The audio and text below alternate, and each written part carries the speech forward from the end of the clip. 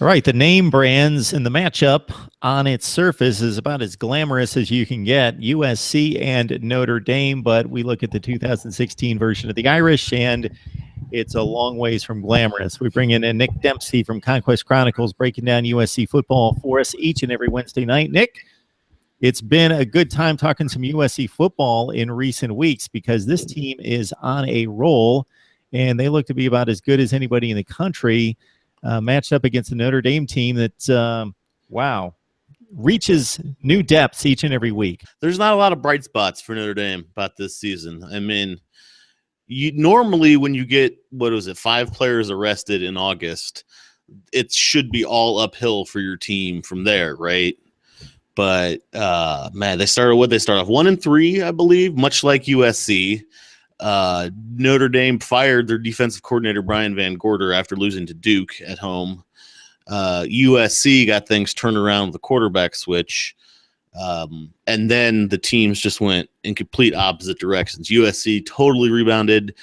Notre Dame did not. Notre Dame's defense did not really get any better, maybe a little bit statistically, but, they played Army and North Carolina and a state in a hurricane. So,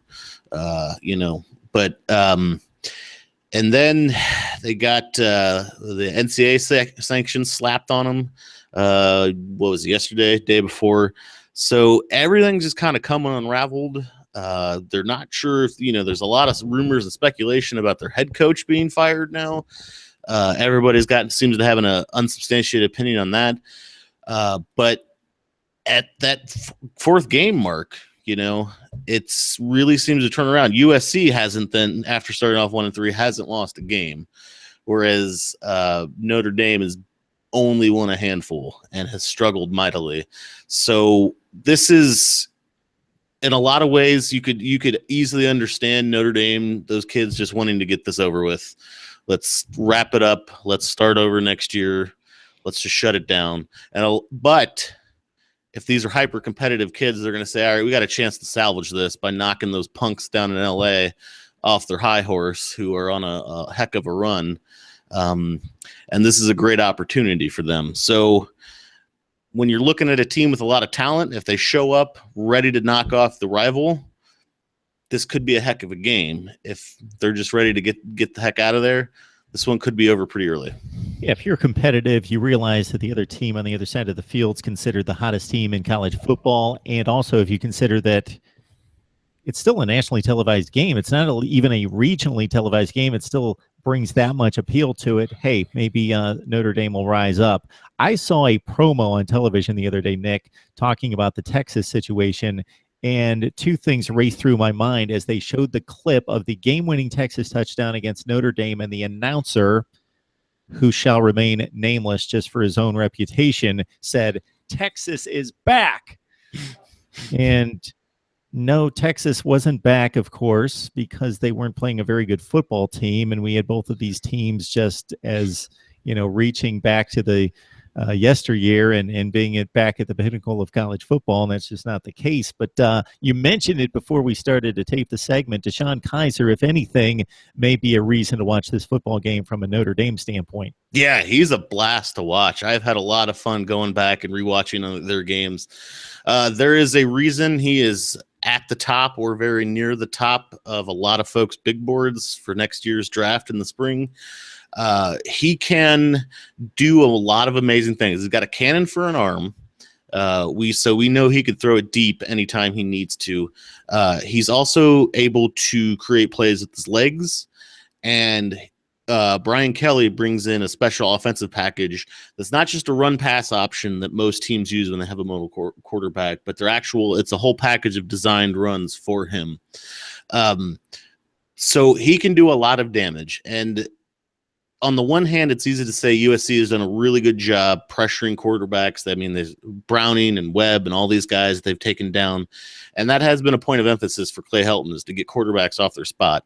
The thing is, though, even if you do that with Kizer, he can just make so many things happen with his legs or, move the pocket, whatever he needs to do. He's not only got, close to 3,000 yards passing, but I also believe he's Notre Dame's second leading rusher. So even if you get him off his spot, you also have to keep him contained. So it's going to take all 7 guys on the defensive front to keep him corralled. Basically, he's still going to make some big plays, but you can't let him take the game over. You can't let him turn this into a shootout, and you really can't give them any sort of free points. So fortunately for Clay Helton, the Colorado-Utah game is going to be after their game. So none of this, okay, well, we're in great shape. Let's go at it. And we're either in the Pac-12 championship game, therefore we're going to play hard because maybe we can get to a college football playoff, or you could use the reverse psychology and say, hey, we got it made. We're in the Pac-12 championship game.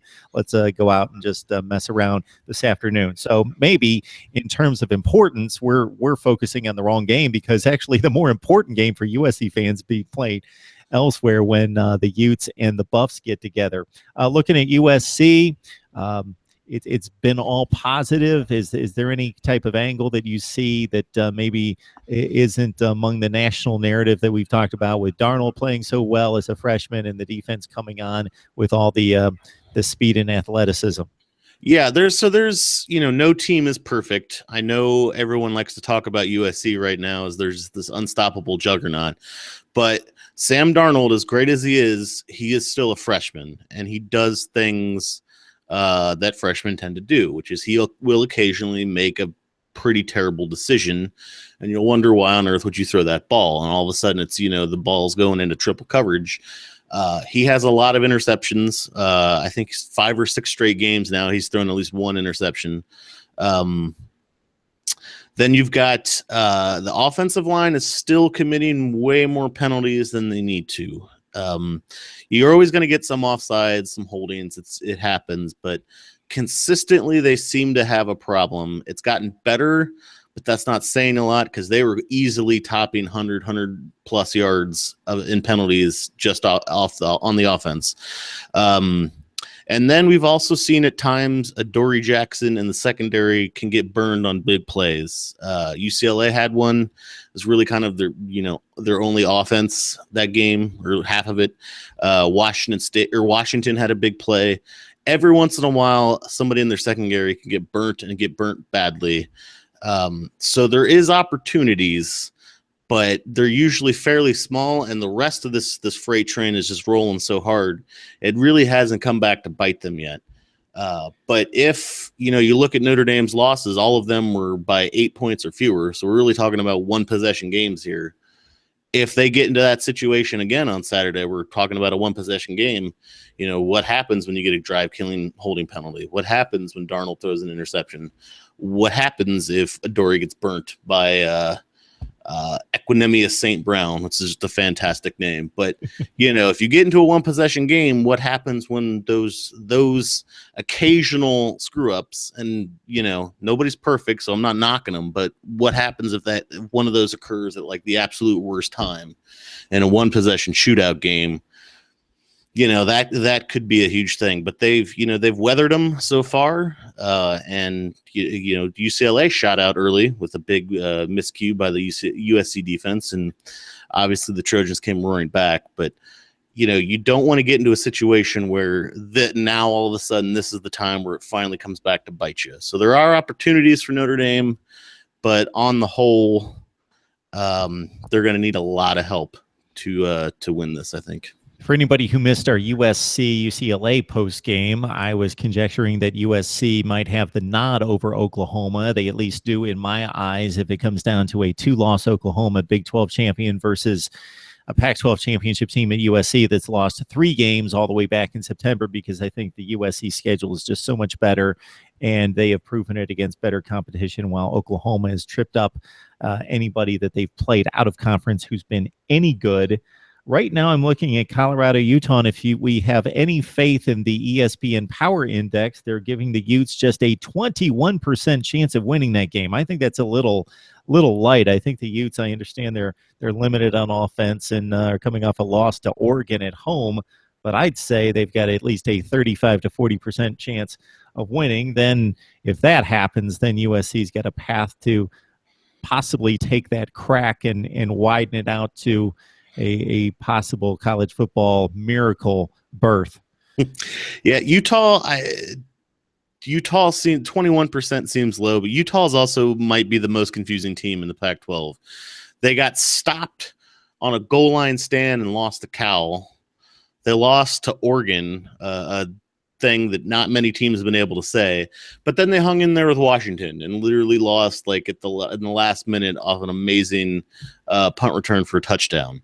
So they're kind of all over the map. Who knows? We're hoping, obviously, that this is one of their good days on Saturday. But I think with where USC's at right now, they're going to need pretty much everyone in front of them to lose at this point. If they didn't get in front of Oklahoma State, they might, if they beat out, basically all they've got left is they've got Washington or Washington State again. That's really the only kind of feather in their cap that they could get. And I don't see it. I think they're going to need a lot of losses.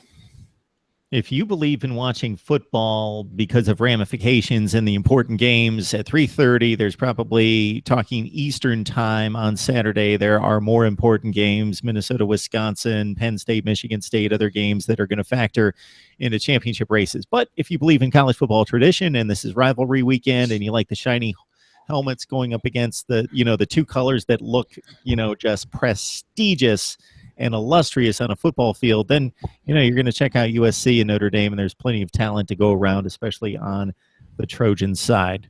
All right, Nick Dempsey from Conquest Chronicles breaking down USC and Notre Dame. Nick, we always appreciate the time. Of course, Mark, anytime.